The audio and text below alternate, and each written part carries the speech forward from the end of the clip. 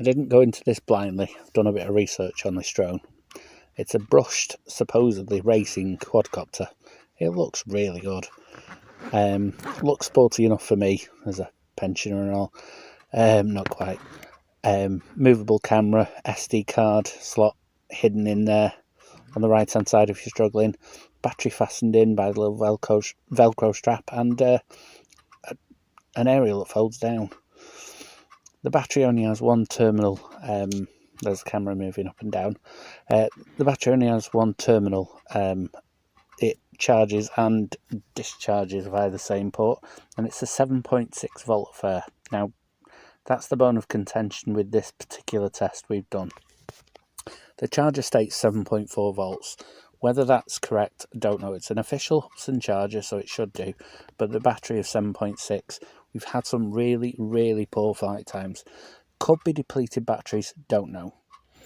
Takes off fine, flies fine, even though one of the front left motors seems to turn slower on tick over. I had no issues with it.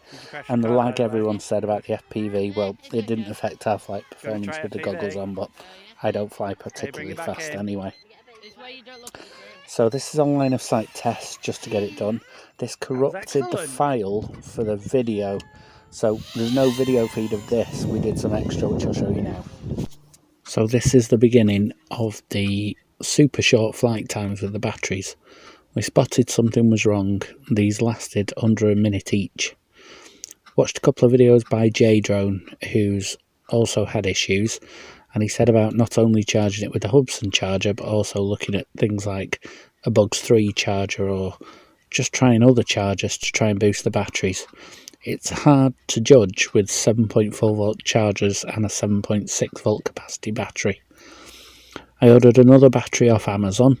More about this later, simply because I've ordered a couple more other alternative batteries to see if we can rectify the problem. These test flights in the park here show that it can record, and that I ordered a Hubsan 7.6 volt charge cable, which may have rectified things, and again a bit more about that in a more technical video. This is really just about getting the flight times and the fun around the quad, and it was. I mean, you've seen it. It looks like a flying brick. It's not particularly the most aerodynamic shape thing. It seems to have quite small props, although screwed in, a bit like the smaller H107C plus or D plus type quads, but the weight's considerably higher. What I really like about it, and I wanted to like about it from the start, is the fact that you have an FPV quadcopter which can fly with a nice little buzzy noise, a bit like a Whoop without all the bells and whistles and skirty bits around it, but also record HD footage on board, albeit not 1080p, it's only 720p. I think the onboard SD card recorder in this footage and the flights really, really do add to the experience.